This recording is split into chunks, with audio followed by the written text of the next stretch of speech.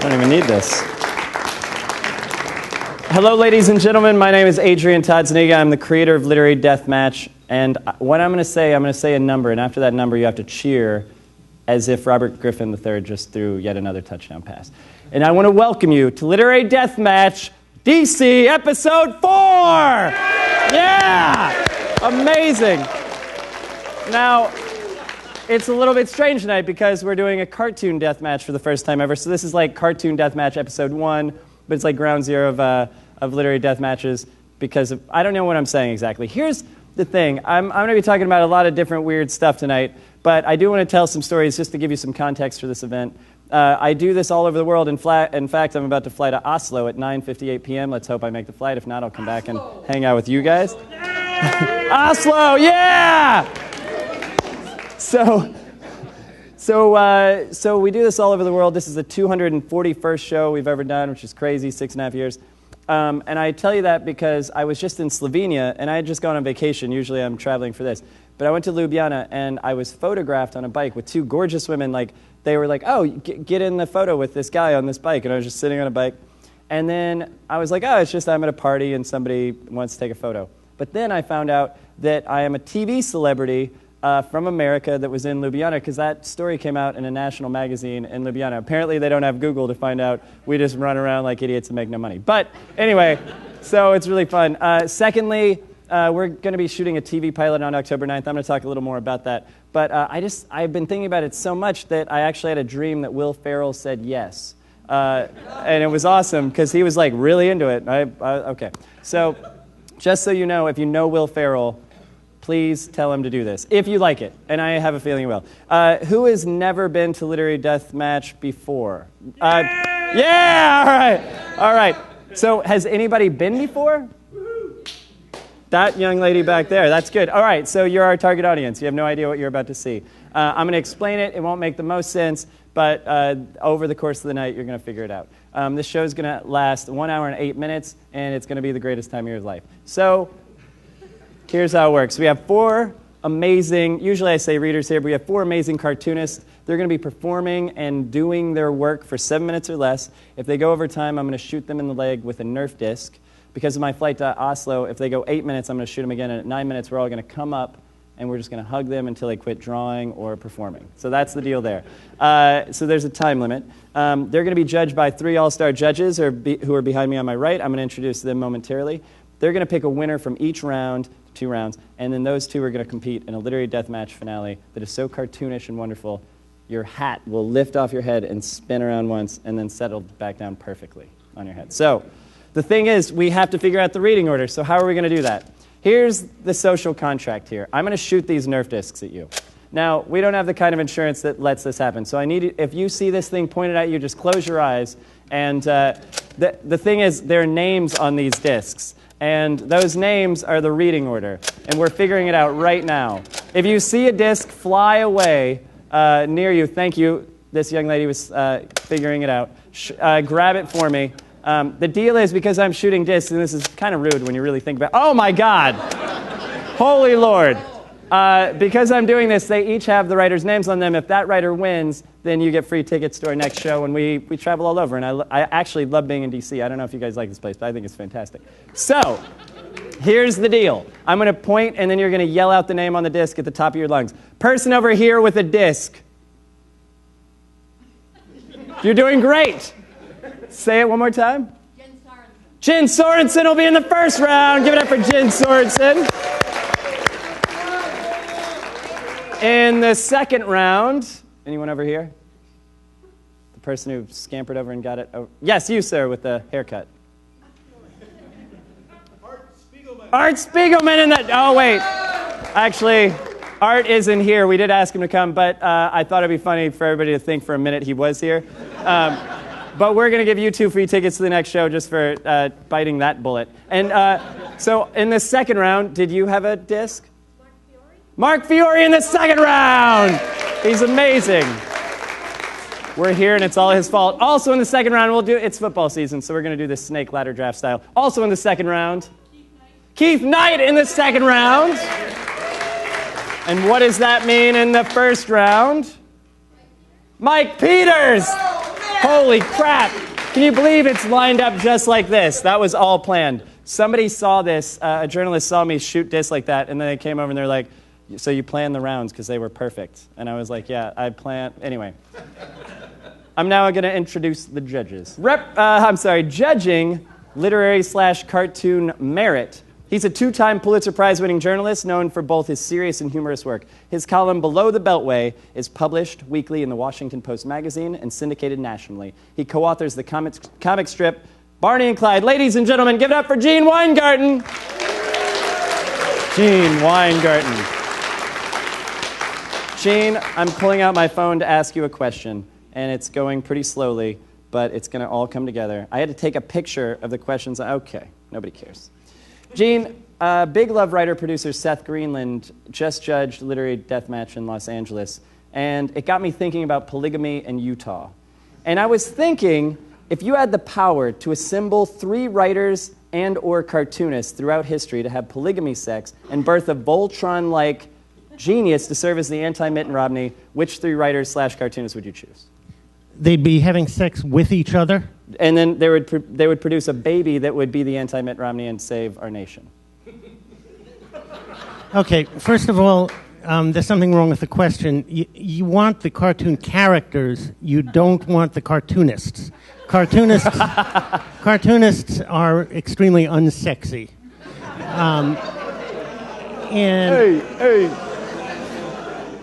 Basically, what you want, you only need 2. You want the Calvin and Hobbes mother, who I think is one of the hottest characters in the history. I think a lot about this, by the way. So Mrs. Calvin and Hobbes is going to be impregnated by Lex Luthor. Okay, I've thought about that coupling a lot. I understand. Ladies and gentlemen, Gene Weingarten.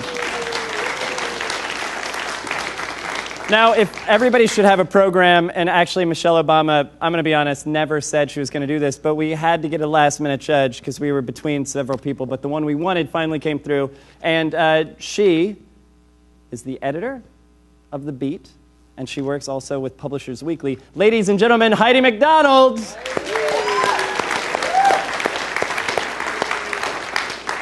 Heidi. In 2086, after a historic editorial and writing career, you'll experience one of these graphic, novel-related deaths. Which is the most likely? Number 1, being decapitated by a copy of Art Spiegelman's Mouse flung from a car window. 2, you're crushed to death by all the copies of Ulysses that everyone acts like they've read. Number 3, other. Well, definitely the crushing to death, because there's a lot of books in my house, and in fact, I have almost been crushed to death several times. So, and in fact, just like the composer Alkin, who went to reach for a book on the shelf and fell over, and he did actually die that way. So that's pretty much how everyone predicts I will die. That sounds amazing. Heidi McDonald, ladies and gentlemen. And judging intangibles, he's an Emmy Award, I can't speak. He's an Emmy Award-winning artist, Bored to Death intro, if you've seen that show, and Billy Dogma creator. He balances high-profile comics gigs by curating, writing, and drawing poignant and bombastic stuff at tripcity.net. Check that website. Give it up for Dean Haspiel. Dean, Norman Mailer once headbutted Gore Vidal. Wallace Stevens once broke his hand on Ernest Hemingway's jaw. No cartoonist has ever punched another cartoonist, or have they? They have. Okay, well, we'll get to that. If you were engaged in a literary-cartoon tri-fisticuffs extravaganza with one writer and one comic throughout history, who would you choose and why? Wait, this is one writer and their character? One writer and one cartoonist that you would get in a fight with. And it would be a trifecta. Tri-fight. In the history, in other words, they could be dead, and I would like to get into a fight with them. You can beat up a corpse. It's your day. It would be me with, I'm just trying to think of power versus Gandhi. A cartoonist in his Gandhi! Oh my God, that's what you said? That was amazing. I hung out with Erwin Hasten, the creator of Gandhi. I would say Kathy, the creator of Kathy, and Jack Kirby, but I would never punch Jack Kirby. He'd punch me, and I'd like it. But we would gang up on the Kathy Geiswhite. That's what it would be. Totally makes sense. That's what it is. Dean Haspiel, ladies and gentlemen. All right, now I'm going to introduce the night's first two combatants. We're going to flip a coin to decide who it's going to get pretty amazing pretty quick. And I'm now going to try to remember the order in which I shot those discs. The International Museum of Cartoon Art is who he's representing. He's a Pulitzer Prize winner, is one of the nation's top cartoon artists, and known for his comic strip Mother Goose and Grimm, which he launched in 1984. He was born, like me, in St. Louis. Ladies and gentlemen, give it up for Mike Peters. Mike, stand on up. St. Louis. How are you? Are you St. Louis? Do you know St. Louis? I know St. Louis. Oh, my God. St. Louis right now is the murder, crime, STD, and alcoholism capital of the world. We've got it. One. Yeah. Number one. And his opponent, representing the Austin Chronicle, her cartoons have appeared in the Village Voice, Daily KOS Cos. She is great. She's great. Kos, Miss Magazine, The Progressive, and NPR.org. She's the first place winner in this year's Association of Alternative News Weekly's awards and the 2012 Her Block Prize finalists. Give it up for Jen Sorensen.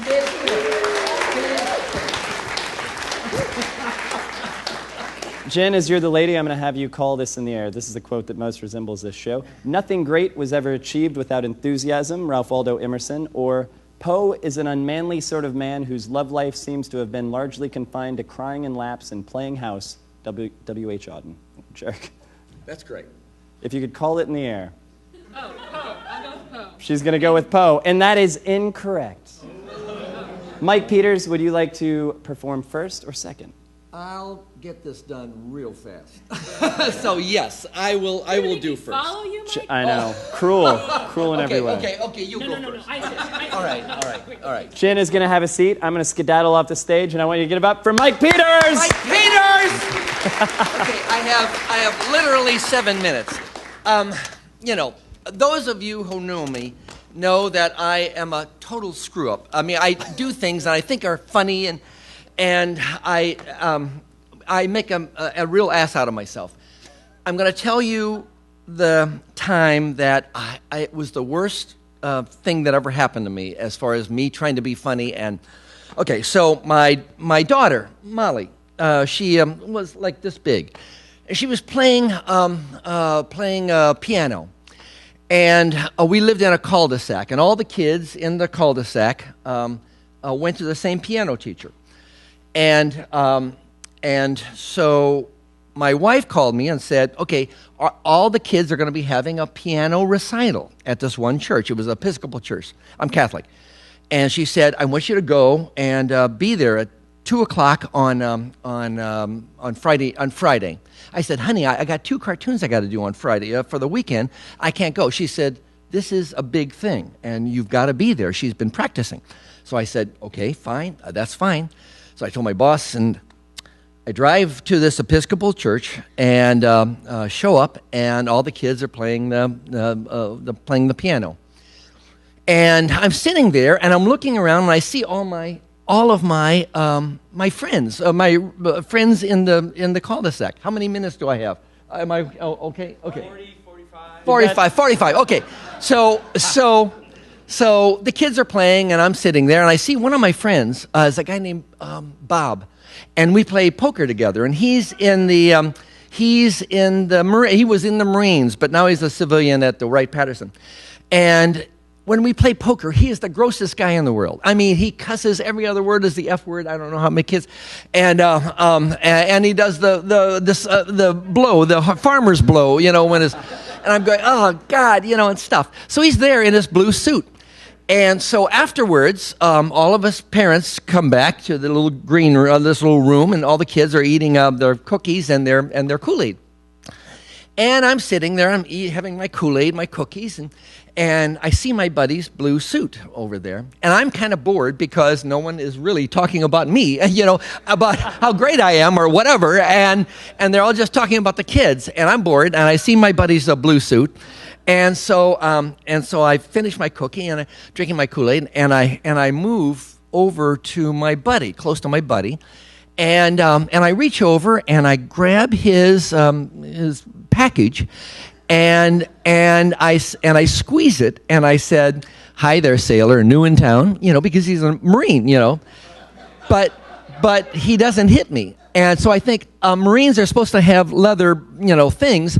And so I reached over more and I grabbed his whole package and I squeezed it hard and I said, "Hello there, sailor, new in town," waiting for him to hit me. And he doesn't hit me. And I look up and it's the Episcopalian minister is looking at me like this. And I don't know what to say. And I said, "I thought you were a Marine," And then I went out to my wife and I said, "I'll meet you out in the car." And she said, "What happened?" No, never mind. So that's my story. Thank you so much, you guys.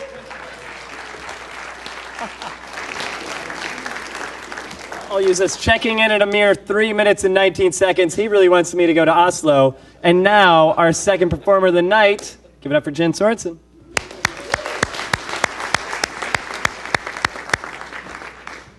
Do I get a clicker?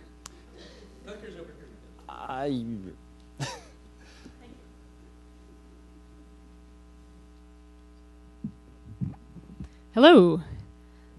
I'm honored to be here representing all of womankind.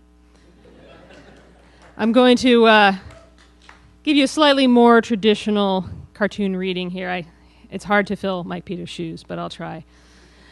So I'll give you a little bit of background about myself. I grew up in Lancaster County, Pennsylvania, which has a lot of Amish people in it.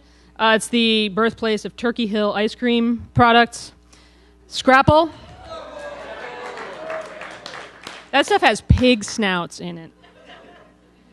And here's a picture of me in high school with a bad perm.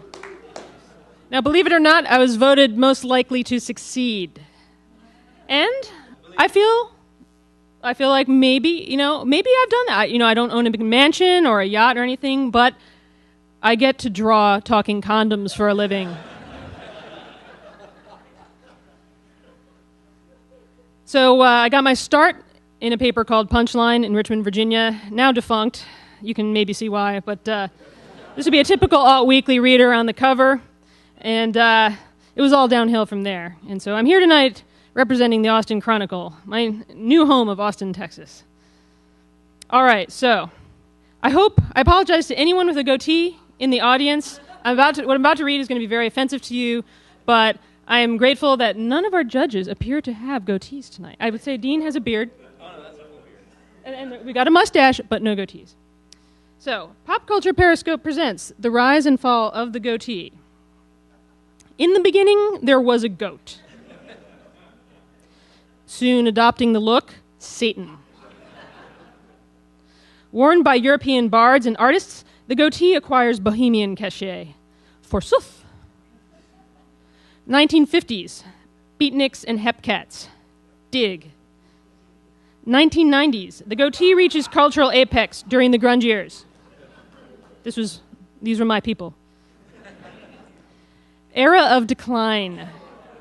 In the late 1990s, frat boys adopt grunge-light trappings. Kegs dry already, brah?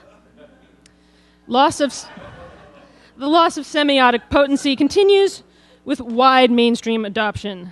We've got pseudo cable guys, Joe the plumber. It's subtle, but it's there. And in 2011, the goatee hits a new low with Pepper Spray Cop. And there you have it. Once again, apologies to anyone with goatees in the audience.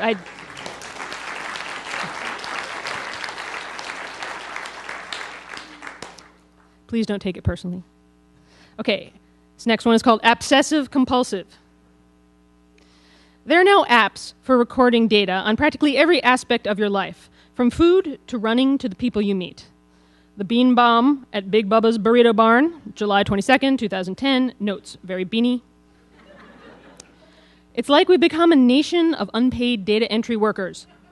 This place seems cool. Wait, I need to check in, tag who I'm with, take a picture, and set up a review on Pubify. Having trouble remembering to record every waking moment? Download Obsessive today, and you get a virtual boss bot reminding you to stay busy. You haven't entered data in 20 minutes. Get back into the cloud.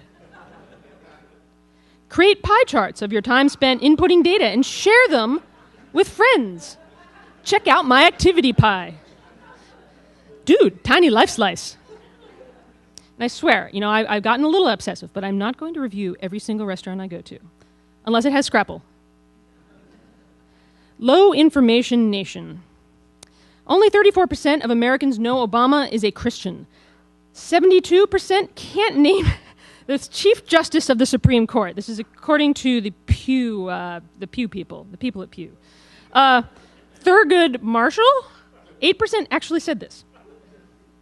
What if Americans were as ignorant about pop culture as they are about politics? Tiger Woods cheated on his wife, you say? Yeah, right. Where'd you hear that? Snooki? That's like a cross between sex and snuggling, isn't it? No way. It's a person. LeBron who? Wasn't that the guy who sang Super Freak? She's a very kinky girl. Okay. Lady Gaga. I believe that's a brand of tater tots. I love those things. Sad, but true. And now, here's one about the BP oil spill. The tale of Tarball Timmy. BP's PR team hatches a new plan. What we need is a cuddly mascot, something to make the oil spill less threatening. Meet Tarball Timmy. Soon, on the Gulf Coast. Hi, kids. I've got Petro Pops. Hi. But wait, I'm made from dinosaurs. Timmy moves on to the local fishermen. Hello, fellas. How goes the shrimping today? What the? The spill. It's alive. Keep your slippery ass the hell away. Sigh. Nobody likes me but you, little shorebird. At the very bottom, and I can barely see this, but he's calling BP. He's like, this isn't working. Hold on, we're sending you a plume puppy. I want a plume puppy. I think that'd be adorable. All right, we're going to keep this going. I don't know how much time I have left, but a pixelated past. One fine evening in the year 2050 with Grandma and Grandpa Perkins. Tell us about the olden days. Yes, what was life like in 2009? This cartoon's just a little old, but bear with me. Well, I remember I once got into a Wikipedia page editing battle with someone over the entry from Kif from Futurama. In the end, I won. Good times. Then there was the time your grandfather posted a video on YouTube of me singing Sweet Caroline in the shower. Sweet Caroline, you bastard. Oh, and she once had the most hilarious status message. So basically you wasted your lives staring at screens.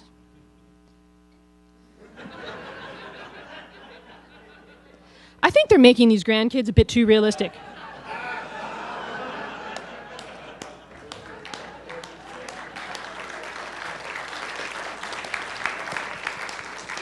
Thank you. Time to try a different simulator. Uh-oh, I'm about to get shot. Well, But I missed. I didn't even feel it. I'm going to just keep going then. I'm a terrible Okay. aim. I guess I'll take that as a hint, and you will not get to see the Terminatrix. Our format sucks, ladies and gentlemen. Give Ow! it to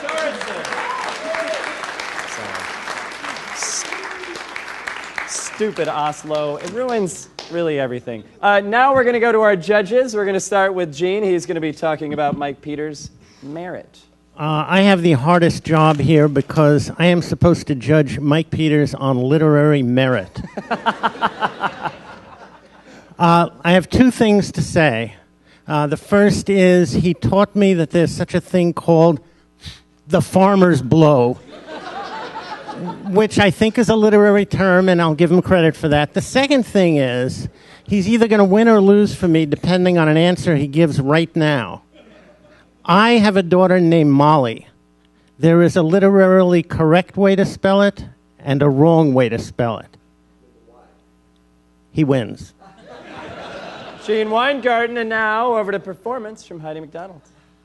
Well, in performance for Mike, he was out there and, he hit that triple sow cow amazingly, and the triple Lutz, a little more wobbly. No, his performance he was selling it. And, also just as in all the trailers, there must be an injury to the genitals always, So his story did include injury to the genitals. And, for that, he must get high marks. So he worked that in. And so, Mike selling amazing. Heidi McDonald with performance. You guys can clap in between if you want. because I feel like there's hesitation, but I'll yell their name, and then we'll be like, yes, Dean Haspiel with Intangibles. I love science fiction. I think, what was that called? An Episcopal church or something? That was really cool. I mean, I don't know what a molly is or a piano or a cul-de-sac, but, you know, put it this way, you told a really rich yarn that was like in another universe that I don't know about because that's not anything the only thing I did identify with was the grabbing of the package and the ministry and administration of that, you know? So at first you were a little wobbly and I felt like, where's he going to take this? And then you totally got me, and I love that performance toward the end of the story. So, and I did think you were making it up half the time. You were grabbing names like a Bob and a blue suit and then all this stuff, and I was like, what's going on here? But you sold it at the end, so that was a lot of fun. Dean Haspiel with Intangibles. And now, back to Gene Weingarten for Jen Sorensen's Literary Merit. Okay, now, Jen, I made some notes during your performance. The first one, and remember, this is about literary merit. My first note is talking condoms. Yes. You used the word semiotic. Very, very good. You mispronounced forsooth. I forgive that. But mostly, you had pubify, which looks like pubify. And I like that. Gene Weingarten, Literary Merit. And now back to Heidi McDonald for performance. Well, I must give Jen high marks because she did perform her cartoons. And that is, you know, the basic of it. And she also mentioned Scrapple. That was my key word there that I keyed in on. And Thurgood Marshall. I mean, I'm a sucker for any kind of Thurgood Marshall reference. You know, plus she created a monster with a tar ball. So, you know, these are all things. And, you know, I do give her, she did not do funny voices so much. She did some funny voices. But, you know, she didn't go, all right, she sang, she did. But, you know, for her, she did definitely perform the body of her cartoon work there. So, and ably, and I laughed. And it had Scrapple. Heidi McDonald, performance. And now, back to Dean Haspiel for Intangibles. I was a little freaked out by talking condoms. Is there an app for that? I really loved the performance and all the cartoons you did, and it actually made me want to be your editor and kind of throw some more characters back at you. When you did the story about the goatee, I wanted you then do a sequel of The Rise and Fall of the Ponytail, which I would love to see you do. And then the other character that from Tarball Timmy, I want Freddie Frack or Frack Freddy, depending. And I would love to see you do that stuff. So that it inspired me to be like your producer for some reason. And the virtual front porch with grandkids was amazing. That was a coup. Thank you. Dean Haspiel, Intangibles. Now, the judges are going to huddle amongst themselves in a huddly fashion and decide the night's first finalist. I'm going to pass this hat around because we're terrible with mailing lists. So here's the deal. I have to get this hat back if I can, and I'll forget. So whoever ends up with it, just put it on my head with all it. Anyway, if you put your card in here or your email address, we'll do a drawing. We'll keep in touch. I'm going to tell you wonderful things about the show. I'm going to start with you, sir. Thank you. And if you don't want to, there's something else coming, and we'll keep in touch with you that way. Okay, so basically, I mentioned that we're doing a literary deathmatch TV pilot, and the thing is, on October 9th in LA, we're doing like a double feature show, and we're filming it, and we're funding it through Kickstarter. I don't know if anybody's ever heard of Kickstarter, but it's great. Yesterday we raised $2,000 in one day, which is amazing. So we're almost to 6,000. We need 10,000. And so the people who are doing it so far are Moby. He's a musician. Diablo Cody, she wrote Young Adult and Juno. And we have Michael C. Hall from Dexter and 6 Feet Under judging. And Jenny Slate, who's on Saturday Night Live. She's wonderful. And a lot of other people that are going to be doing it. And so anyway, that starts this next little piece that I'll say. And that's that I was at the Edinburgh Book Festival doing the show, and Juno Diaz, who's one of the best writers we have, he was talking about how everybody has a blind spot. And he said it's shaped exactly like them, which I thought was so amazing. But he was talking about editing your own work, but in fact, I was like, oh my God, that's massively true for pretty much all of us. And as we age and grow, we try to narrow that shadow. But anyway, so my blind spot is my naivety in terms of thinking that this can become a TV show, as robotically as I can say it. And so the thing is, I do think if we, I'll get to that later. But anyway, if you like the show tonight and you think like there should be more of that and cartoons and literature and everybody should care about that stuff, find us on Kickstarter. It's kickstarter.com/ToddZuniga/project/literary-death- I'm not going to give you the whole URL. So anyway, fund our Kickstarter. It'll be fun, and you'll see why as the show goes on. You'll be like, God, that is the greatest thing that's ever happened to me. All right, we're going to go to Gene Weingarten to say a few words and announce the night's second finalist. Okay, I'm going to be very quick here because we're a jury, and the great thing about the jury system is we don't need to explain ourselves. We issue a verdict, go home, and don't talk to the press. We really appreciated, Mike, your testicular fortitude, but the ovary wins this one. Give it up for Jen Sorensen, the round one winner, and the amazing St. Louis and Mike Peters. It's fantastic. And now, without further ado, we're going to slip right into round two, and I'm going to introduce the people who are going to be performing after I get this microphone. Representing Grand Central, which is a publisher who does so much good stuff. He's a award-winning cartoonist, rapper, social activist, father, and educator. He's best known for his 3 strips, The Nightlife, Think, and The K Chronicles. His art has appeared in various publications worldwide, including The Washington Post, San Francisco Chronicle, Salon.com, Ebony, ESPN Magazine, LA Weekly, and Mad Magazine. Ladies and gentlemen, Keith Knight! Give it up for him. Hello, Keith. Before you start, I have to introduce our other finalists. You might not end up going first. Representing sfgate.com, he's a Pulitzer Prize winner. He was called the undisputed guru of the form by the Wall Street Journal. He creates animated political cartoons in San Francisco, where his work has been featured at the San Francisco Chronicle's website, sfgate.com, for over 10 years. Ladies and gentlemen, Mark Fiore. Mark, you are approximately half an inch shorter, so you're going to be calling in the air. One of these 2 quotes. If my doctor told me I had only 6 months to live, I'd type a little faster, Isaac Asimov. Or Wyndham Lewis had the eyes of an unsuccessful rapist, Ernest Hemingway. I'm going to go with the rapist. That's incorrect! Keith Knight. I'll go first. Ladies and gentlemen, Keith Knight! I'm going to get out of the way here. For those of you who have been reading this strip over the years, you may have noticed that I belong to a particular minority group, a group that has long been abused, mistreated, and oppressed. Yes, folks, it's time for more whining from the left, a K Chronicles editorial by Keith Knight.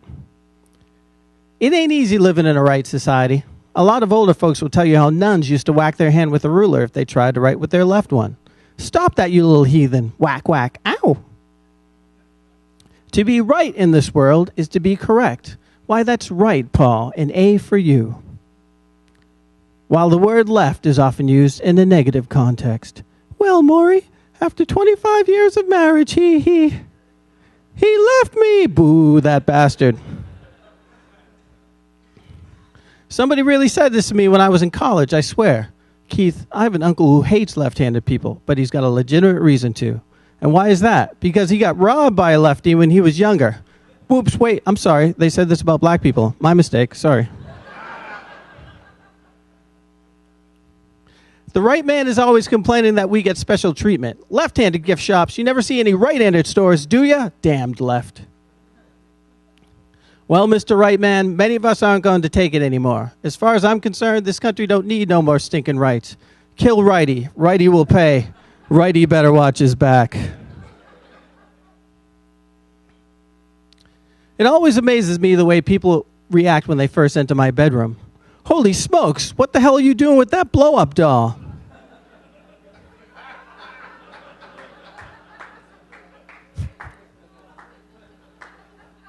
Folks are often surprised to find a feel-me-up Wilbur doll in my bedroom, although I don't know why. Tickle Me Elmo may be the #1 doll for America as a whole, but Feel Me Up Wilbur has been selling like hotcakes in the black community. They come in quite handy. although not for the use the manufacturer had originally intended. Taxi, and he's thinking black man equals stabbed in back, off duty, off duty. But wait, look, black man plus white guy equals okie dokie. Get the hell in here, boys. You see, because 5 black men standing on a corner without Wilbur is a gang. But 5 black men standing on a corner with Wilbur is a basketball team with a coach.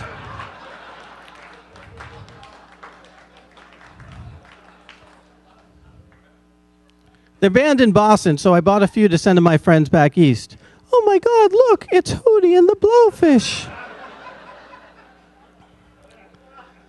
So this is the K Chronicles. This has been my autobiographical cartoon that I've been doing for, it's going to be 20 years next year. 20 years. Thanks. It's been a long time. And I know most of you have never heard of it. Here's another one of my favorite ones. Since tying the knot a year and a half ago, a lot of readers have been asking me this question. Has this once macho he-master gone all soft now that I'm a married man? The answer is yes, I've gone all soft. Soft and supple. It's true. The best thing about getting hitched is being able to use all your wife's girly products in the bathroom. Stuff I would be caught dead buying in public. Okay, let's see. We got some anti-crab ointment, anal wart remover, and a peach Melba loofah scrub. Shh, not so loud with the loofah scrub. That's right, people. No more scrubbing the nether regions with lava soap for me.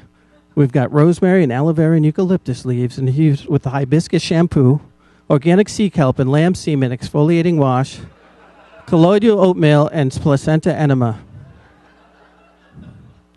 Honestly, y'all, using this stuff does make a difference. A lot of folks have been noticing, gee, your skin feels terrific.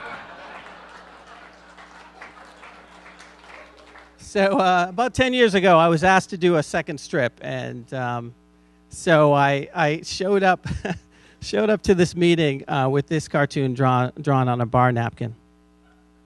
Denny's, serving black since 1997, if signs told the truth.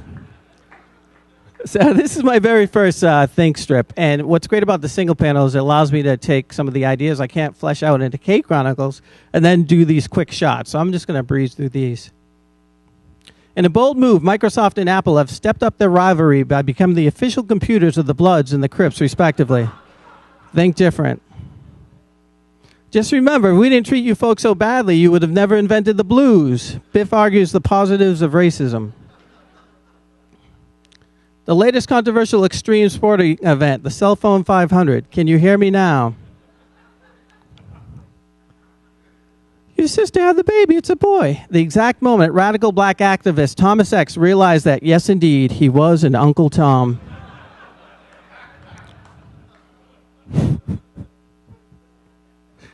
Yeah. This just in. Police have released a description of the alleged gunman who's been terrorizing the downtown area. Please don't let it be a black guy. Please don't let it be a Middle Eastern guy. Ha, they'll never catch me. The power of white privilege. The penis monologues with Will Chamberlain, Jimi Hendrix, and Milton Berle. How was it? Wait, too long. All right. I did a lot of research for that, so give me credit. I would be remiss if I didn't do my homage to George W. Bush, because he gave a lot of us a lot of great material. So I'll do my favorite Bushy one. Please don't mispronounce it. Please don't mispronounce it. Please don't mispronounce it. Behind the scenes with Bush staff as the boss attempts to say the word Niger for the very first time. All right, so if this wasn't enough, about 5 years ago, I was hit up by United, actually, to do a daily strip. And like a fool, I took it on. And I run locally in the Washington Post on Sunday, so I'm just going to show you just a couple of strips from the nightlife, my daily strip. Do you think extraterrestrials are racist? Why do you ask? They never abduct people of color. It's easier to catch white people at night. You want me to do what? Ride around in my police car for a day. It'll be fun. Law enforcement wants to show the black community that we don't profile, stereotype, or discriminate. Why'd you pick me? You don't look as scary as some of those other guys. Did you just shoot me? Okay. Okay, this one will be the last one. And this is the firing range where police officers do target practice. How come all the targets are black? What do you mean? They're silhouettes. They're supposed to be black. I'm talking about the afro and the FUBU logo across the chest. Well, I'll be. Oh, one last thing. I just want to say that people wrote to me, that's a basketball in his hand. A lot of people thought it was a watermelon, but it could work either way. So, thank you. Keith Knight.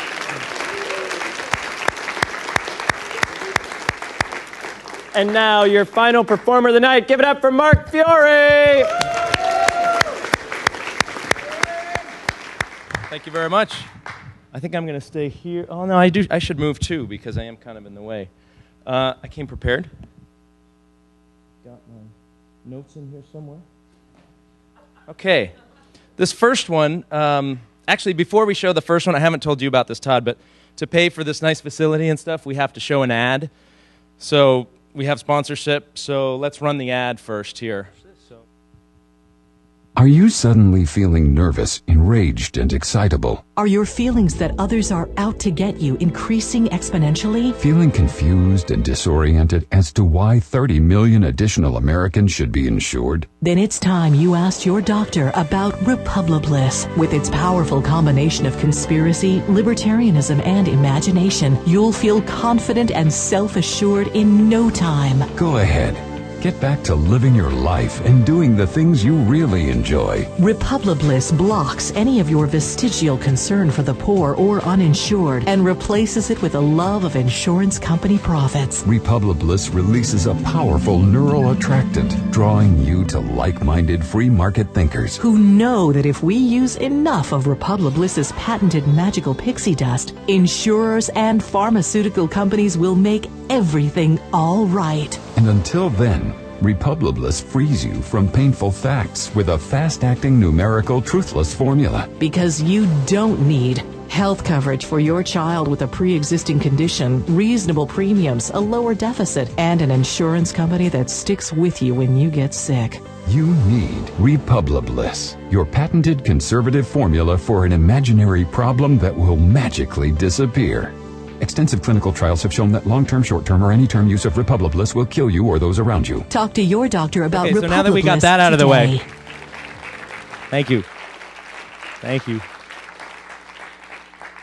One thing you'll notice about animation is I have to talk a lot less than the print guys, which is, it works. It's all right. This next one I did, and I kind of got a little farther out there and weirder and more spacey in many reasons. And it got so long that by the end, I resorted to just animating a red dot. So let's watch this one.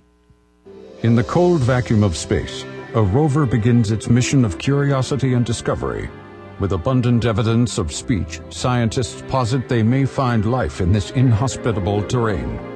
The massive red planet contains life of sorts, and the rover's biospectrometers indicate increasing eruptions of casino cash to come. On this strange planet, over $36 million in billionaire dollars is the equivalent of $310 spent by an average American family on Earth. In this gravity, 100 million is petty cash. Indeed, there are other planets nearby, captivated by the pull of the massive Scalia at the center of the solar system. The great dome of Carl Majora orbits the Scalia, bound by the forces of Citizens United. But of even greater mass, another red planet is larger than all blue planets combined. Yet the craft continues on its mission, the quest to find life behind the massive fields of dark matter that dwarf all other planets. Red dark matter still outweighs blue, and the search for identifiable life is based solely on light and sound waves of political advertisements emanating from the darkness. True, science posits, where there is speech, there is life. Yet that remains to be seen, and a quest for all humanity continues. Hello, are you human? Sheldon, is that you? Who is there? Greetings. Do you breathe? Are you an executive? An entertainer? Equestrian? Jeffrey? Sheldon? David? Charles? Are you there? So that's the... And animating dots is much easier. It's much easier to animate dots. This next one I'll roll right into quickly here. This one is with some ongoing characters that some of you may know about, Dog Boy and Mr. Dan, who are going to be here talking about, the funny thing is they're talking about Obama's evolution in gay marriage and don't ask, don't tell and that kind of thing. But their relationship is kind of questionable too, and they should think about that. Dog Boy and Mr. Dan, that is.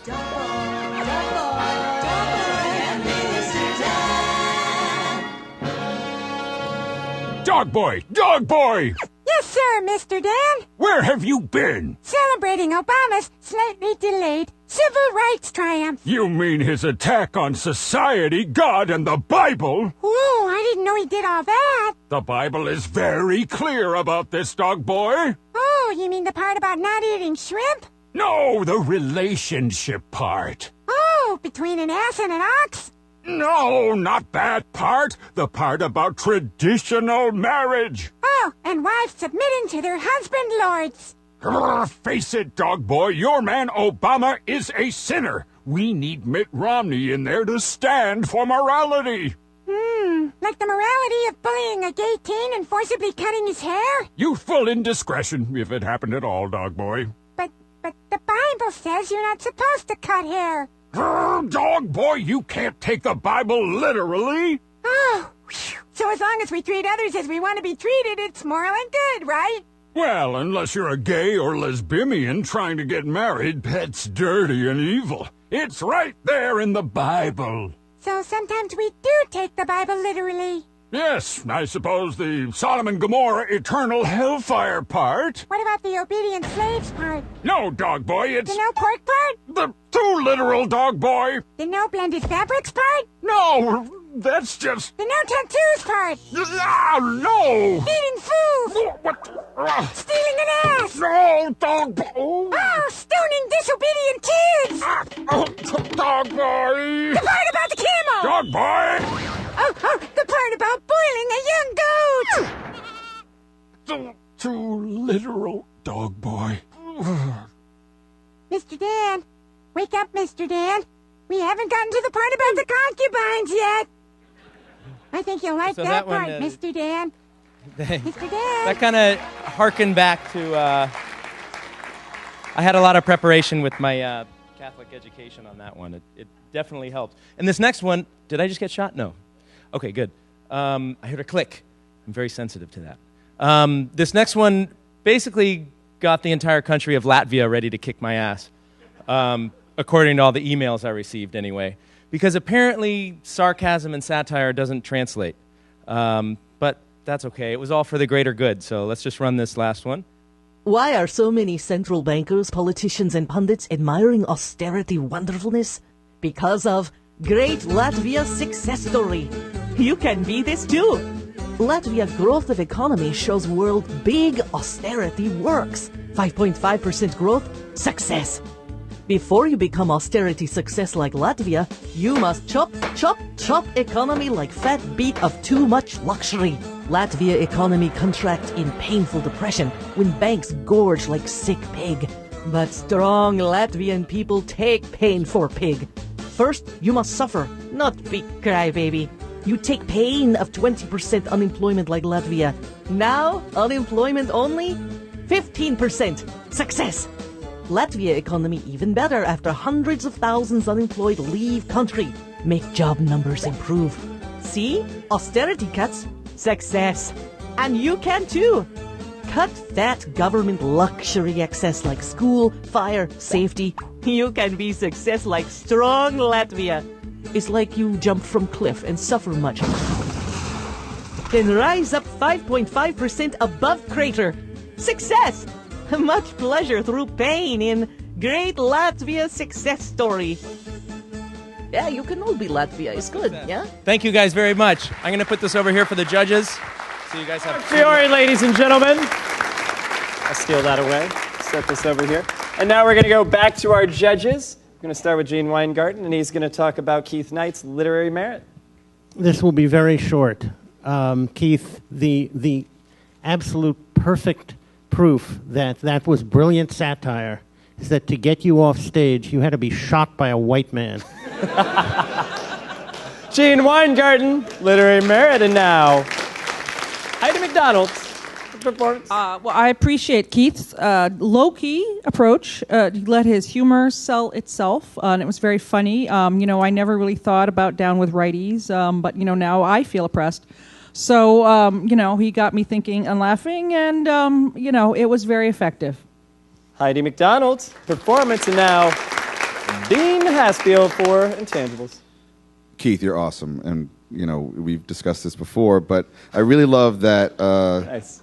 How awesome you are. No, I really love that you impart the black experience through the right versus white cartoons that you're talking about, and there was so much of that I wanted to kind of play editor with you as well, like I did Jen, and I wanted you to discuss emasculation, and then you did, and I was really proud of you for that with your loofah scrub and everything else that went down. So no, that was a really beautiful presentation. Thank Dean you. Haspiel, Intangibles. And now back to Gene Weingarten for Mark Fiore's Literary Merit. Mark, terrific. Mostly I am thrilled and impressed that you took on the Bible. Deuteronomy and the rest of the Bible, it is daring. People send letters. They hate you. Good for you. Gene Weingarten, Literary Merit. And now back to Heidi for performance. Okay, well, for performance, we had these, cartoons, and which were excellent, hilarious. The audio and the dog boy, a little bit hard to hear, but great. Yes, I know that was not your fault. It was the fault of the venue. So, but I have to give you fantastic plaudits for the one about PAX, for a multi-level satire of space travel and super PAX. That is pretty good stuff there. Heidi McDonald, performance. And now finally, Dean Haspiel for Intangibles. You guys were great as opposing cartoonists. I had 3 notes down here. I wrote down, based on what I saw here, I wrote Daily Show by way of the Electric Company, which was very cool. I also thought that Sesame Street should hire you to teach science and politics. And then the third thing was actually, it's a question and maybe you can answer. I've never figured this out. Could you explain the origin of the cartoon, poor people wearing wooden canisters with suspenders? Did anybody actually ever do that once and they saw that and it was like forever? I've never seen a poor person wearing a barrel. Like, do you happen to know? In Latvia. It's big in Latvia. In Latvia. Unbelievable. Right. Thank you very much. Yes, they do. Beautiful work. Right.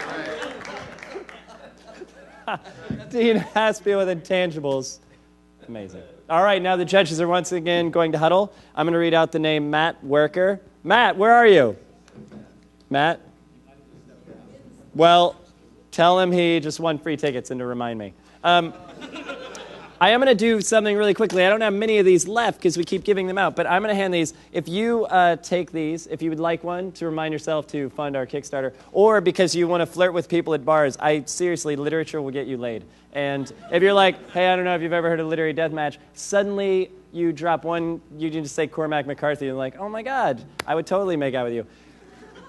Here's the thing, I'm going to need 3 of you to volunteer, and all I need is a keen sense of eyesight for this thing. But before I say that, I want to say, when we got invited to do this, I was excited because it was something new and fresh, and I'd never done it with cartoonists. And I was sitting over there watching all this, and I live in the fiction world, I write fiction, I understand the importance of fiction and how it slowly but surely changes the world. This stuff is amazing, and everybody here who's a cartoonist and doing what you're doing, it's incredible, and it's like it's really important. I know I sound like an idiot, but now I'm going to go out there in the world. I'll be like, you guys have to fucking read cartoons. This stuff is amazing. So thank you for doing cartoons if you do them, or thank you for coming, and these guys. It was incredible. Anyway, I'm blown away by how awesome that was. Before we ask for the judges to give their final decision on round 2, could I get 3 people to volunteer? You're going to be very important to this event. Yes, if you could come stand over here near those steps. Yes, you with the eyeballs. And I need What, yes, this gentleman right here with the sunglasses that look like normal glasses. SM Shrake, Story League. If you don't know Story League, get on board. Okay, so if you guys could actually all stand right here. The weird part about this is you guys are going to have to miss something, but it's going to all come to pass. Heidi. Okay. Well, we just commend the fantastic work and, humor and intelligence and, wit of all of the contestants. They are amazing. In round 2, it's very difficult to judge, but we have chosen Keith Knight. Keith Knight, ladies and gentlemen. And give it up for Mark Fiore. He's amazing. Well, as I expected, it would be a cartoonist woman against a cartoonist black guy in the finale. As I expected, I would break this. Thanks, Dean. All right. I might drop this one on purpose just to see what happens. So tonight, the thing is about Literary Deathmatch and apparently Cartoon Deathmatch is that we figured you've seen enough cartoons. I mean, actually, I haven't seen enough cartoons, but with the literature, you've definitely seen enough after 28 minutes. So what we do is we change the finale into something a little absurd and fun in my mind. So tonight, what we're going to have, the judges are going to each in turn sit center stage while the 2 finalists are going to draw them. The thing is, there's a time limit, and the time limit is going to be 20 seconds, and then it's going to be 10 seconds, and then the last round I'm going to reveal. Then what's going to happen, we're going to have these people who did not see them, because we're going to have them turn around. You guys are going to get to see them draw live. They are going to come over and not know which is which, and they're going to pick one from each of the people, and they're going to make the final decision blindly on who they think are the better drawing or whatever I'm saying. If it doesn't make sense, I don't know what we're about to do. No, I do know what we're about to do. So, Keith Knight. Are we drawing all 3? You will, but one at a time. So if you could come take this chisel-tipped Sharpie. Okay. And now I need another chisel-tipped Sharpie so these people don't know the difference. Jen, if you... Keith, if you could take this non-chisel-tipped Sharpie. Actually, I had a chisel-tipped Sharpie. I do want one. Actually, it's weird. I have this. This is so ridiculous, but we had to buy Sharpies for an event for this a long time ago. We did it with writers because they're terrible at drawing. And I was like, the chisel-tipped Sharpie is the official Sharpie of Literary Deathmatch. Okay, that's my dumb thing. All right, so Gene, if you could come with that chair and put it right here, or you can stand as sexy as you want to be. It's your moment. Now, you guys are going to have 20 seconds. When I say go, you're going to start drawing. Now, here's the thing. I know this is weird, but it's just fun if you cheer. So while the 20 seconds happens, and when I say stop, you have to immediately stop. And that's how we're going to do this. Do you guys understand? You have 20 seconds to draw Gene Weingarten. Can I give them a tip? Yeah, absolutely. I have a mustache. Now I need you 3 very attractive people to all turn around and not look in this direction. Just stare at this thing. Okay, good. That camera won't show anything. Are you guys ready? When I say go or draw, whichever word I decide to say, you will start drawing Gene Weingarten. And when I say go, you guys cheer because it'll just be weird. Go! Here they are! Gene Weingarten in 20 seconds or less. What will come of it? Will there be a mustache? Will they have time for the mustache? Holy crap, this is amazing. Artists are really fun to have do this. Holy Lord, this is so good. And stop! All right. Mark Fiore. Mark, could you be the official holder of the Gene Weingartens? I would be. Oh, you mean the paper? The paper. I mean, I like that. And if you could also cuddle him in a way that is sincere and awesome. What is going on with my hair? I'm going to look like this on a flight. All right. Now, if we could have Heidi McDonald step forward. Now, for round 2 of this, Genius Drawers, I was going to say 10 seconds, but that's not fair. Let's do 15. No, we're going to do 12. With an option for a 13th and 14th second at my discretion. Heidi McDonald, are you ready? Brilliant artists, are you ready? And draw! Here we go into round 2. An amazing drawing situation happening. The cartoonists are fascinated. 8, 9, 10, 11. Stop. Pretty amazing. We're going to give them 8 more seconds because that doesn't look like anything. All right, 8 more seconds. 8 more seconds, and let's make it 5 more seconds. 5 more seconds. Go! 5, 4, 3, 2, 1, stop! All right. That is amazing.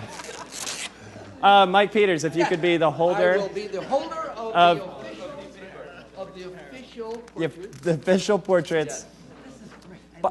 Thank you. St. Louis wins again. I know. It's not just all STDs and alcoholism. Well, that's alcoholism is just a part of it. Right, exactly. Now, I'm going to need, Gene, if you could help me with this. For the final rounds, we're going to give them 30 seconds. But the fun part is we're going to blindfold them with these scarves that this one smells vaguely like meat. But that's fine. So, Gene, if you could, first of all, let's get Dean Haspiel in the center stage because you're going to have to be seen so they really get a sense. Heidi, if you could help me blindfold her. As you're the lady, do you want the vaguely smoky or vaguely meat? I want the one. Did you say meat? Meat. Let's go with the meat. Go with the meat. That one's vaguely smoky. That's meat when I was kidding. All right. Oh, you're going to stand. Hello, ladies and gentlemen. Dean Haspiel knows exactly how to play this game. Keith is going to look black. Wait, did you see me? Black. Oh, okay, so I would stand wherever you need to stand to be good at this. And now you see Dean, so that's who you're going to draw. Keith, are you ready to be blindfolded? Yeah. Okay. Jen, are you ready to be blindfolded? Yes. Blindfold them. Guys, when they start drawing, everybody leave and just go. It's being filmed. We'll email you the end of this. It'll be great. All right. When you guys are blindfolded, can you see anything? Just out the bottom a little bit. All right. No, we're gonna We're gonna meet up that little. Keith, you can't see a thing, right? Ladies and gentlemen, they have 30 seconds to draw a man they can't see. And draw! Let's see how they do. Oh, yes, it's all coming together. Dean Haspiel being drawn in the greatest way I've ever seen. Times to 10 seconds, 20 seconds remaining. What's going to happen? Dean Haspiel, Emmy Award-winning genius, fantastic human being, wonderful, a literary deathmatch champion for graphic novels.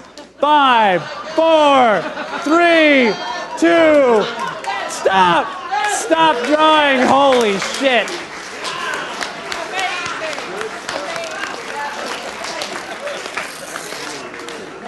It's fucking amazing. That's perfect. Remember when you guys were like, I don't know about that Kickstarter thing. This is kind of fun, but it's not brilliant. Well, I challenge you. We're only looking for $10,000. So if here's what we only need 4,000 more. So I expect somebody out there be like, I'm bored. All this wealth. Okay. Now here's what's going to happen. I'm going to bring actually, judges, you can now turn around and look at your adoring crowd. If you two finalists could stand together so we can see reaction. I don't know what's happening. I'm blocking this. Okay, so who wants to go first? Does anybody have a preference? Yes, you moved your hand. What's your name? Julia. Hi, Julia.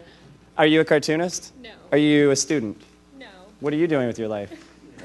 Not very much. All right. Yes. Not very much yet. So I'm going to hand you these two things.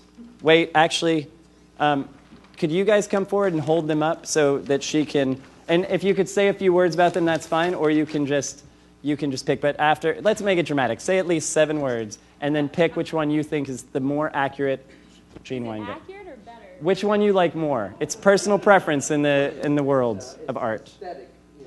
They don't do me justice, but do the best you can. Okay, so that one I'm a little confused about the chins. Gotcha.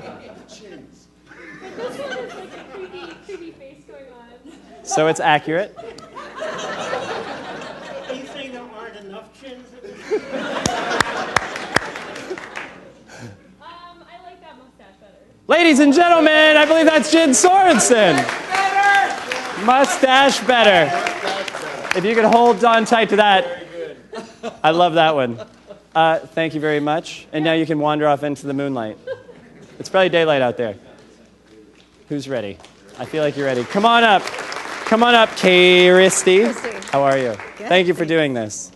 All right. Now, Heidi's going to hold 1 and 2. And now if you could look at these, say a few words, and then after that, very dramatically, take this piece of dark chocolate from my pocket and eat it, and then announce. I'm just kidding. Does anybody want a piece of dark chocolate? I don't eat dark chocolate, but there you go. Oh, sorry. Nice. Should I use this? Go ahead, Christy. Into that microphone. All right, this one's very good. It's got clear eyes and it's got the sunglasses, but it is maybe perhaps a little asexual.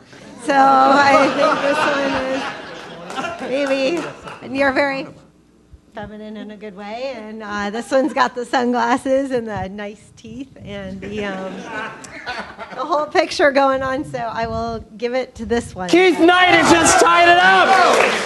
Oh my! It's come down to this. Thank you very much, Christy. Ladies and gentlemen, I'm going to bring in S.M. Shrake, one of my favorite people in D.C. I'm not kidding. I'm glad he volunteered. Come on over here, S.M., known as Scott. I'm going to let you hold this, as you're going to see those things soon. Ladies and gentlemen, I'm going to let him peruse these for a second, but here's what's happening. You have just seen 4 magical cartoonist geniuses, one of which just spoke, but he's a cartoonist genius, trust me. You've seen 3 amazing judges, and you've seen some really funny drawing, and it's all come down to this. Scott is going to speak about the 2 pieces, and when it comes time, whatever he says, he's going to say one of 2 things, that one or that one. And that will decide the Literary Deathmatch champion. Okay. Go ahead, Scott. All I can think about is you making your plane. Is anyone else nervous on his behalf? I'm very nervous. So we have to wrap it up. Which are the ones that you guys weren't looking? You were blindfolded. This is the blindfold. Were they all blindfolded? Nope. Just. Okay. Well. Wow, that's pretty amazing for for being blindfolded. So we're judging on their artistic skill. If you could flip those so he doesn't have any hint. Yeah. Don't confuse him. You can judge it on any merit you feel that is the most Scott Schrakian. That's his name. I am impressed that someone could write with their eyes closed. But I'm also impressed with the surreal beard situation. And the eyes, I get it. Like, I don't know who this is of, right? It's him. Oh, it's supposed to be you. Oh. Right, I should have mentioned that. Oh, okay. Well, no, I'm just dumb. I just get dumber every day. I actually, for whatever reason, for whatever subjective reason, Schrakian reason, I prefer that one. Ladies and gentlemen, Keith Knight is the Literary Deathmatch champion! Unbelievable!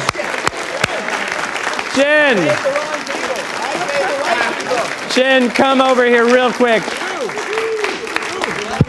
Jen, you came out here and you conquered the giant known as Mike Peters with amazing work that everybody fell in love with. You now stand before us as a finalist. What does this mean to your cartooning career? Oh, can I get a mic? Or can you speak into my chat right there? Oh, there we go. Well, we'll do that. You know, That's hot. Keith and I are staying at the same house, so this is going to be awkward later. It's going to be terrible. But it's been an honor. Thank you. Thank you very much. Give it up for Jen Sorensen. And your champion, DC Episode 4, Step Forward, Keith Knight. Keith. You came out here tonight and conquered the giant known as Mark Fiore. Pulitzer Prize winners were falling like something off something. I've already updated my website. You came in here with high hopes, with dreams, and now you stand before us as a champion. How do you feel? I think it was the beer, actually. It was the beer that I snuck up into the green room. The beer! Oh! Keith Knight, ladies and gentlemen.